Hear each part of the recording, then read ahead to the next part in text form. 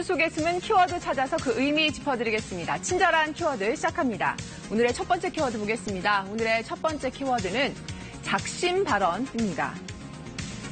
네, 이 바뀔 거라는 얘기가 나오는 장하성 청와대 정책실장이 어제 작심 발언을 쏟아냈습니다. 국회에서 열린 고위 당정청 회의에서인데요. 이 동시 교체설이 나온 김동연 부총리도 나란히 참석을 했습니다. 후임자로 거론이 되는 홍남기 국무조정실장 또 김수현 사회수석 모습도 보였습니다. 이 중에서 유일하게 장하성 실장이 공개적으로 소신 발언을 했습니다. 경제를 시장에만 맡기는 건 한국 경제를 더 큰 모순에 빠지게 하는 거라고 했습니다.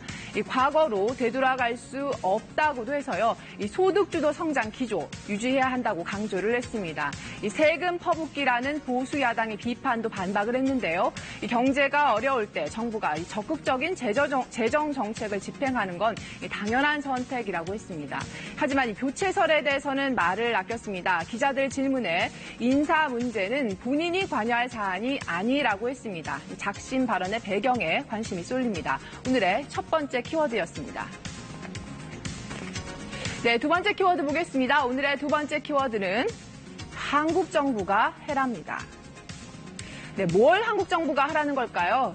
지난주에 강제징용은 일본의 전범 기업이 책임져야 한다는 대법원의 최종 판결이 나왔죠. 그런데 일본 정부가 이 문제는 한국 정부가 해결해야 할 일이라고 목소리를 높인 겁니다. 일본 외무상이 강제징용 피해자들에 대한 배상 책임은 한국 정부에 있다고 거듭 주장을 했습니다. 이유는 이렇습니다. 한일 청구권 협정이 한국 정부가 책임지고 한국 국민에게 배상해야 한다는 결정이었다는 겁니다. 그러니까 1965년에 5억 달러를 주고 끝난 얘기라는 주장을 되풀이한 겁니다. 우리 정부의 대응 방침도 이제는 좀 더 확고해져야 할 것 같습니다. 오늘의 두 번째 키워드였습니다. 네, 세 번째 키워드 보겠습니다. 오늘의 세 번째 키워드는 성차별 채용 실형입니다. 네, 여성 지원자를 일부러 떨어뜨리려고 면접 점수까지 조작한 혐의로 기소가 된 한국가스안전공사 박기동 전 사장에게 대법원이 징역 4년을 확정했습니다.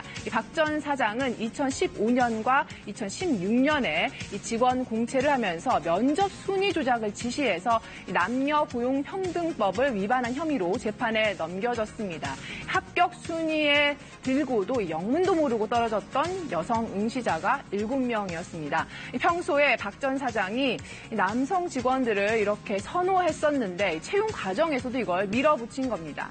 이번 판결이 앞으로 있을 금융권의 채용 비리 재판 결과에 영향을 미칠지도 관심입니다. 친절한 키워드였습니다.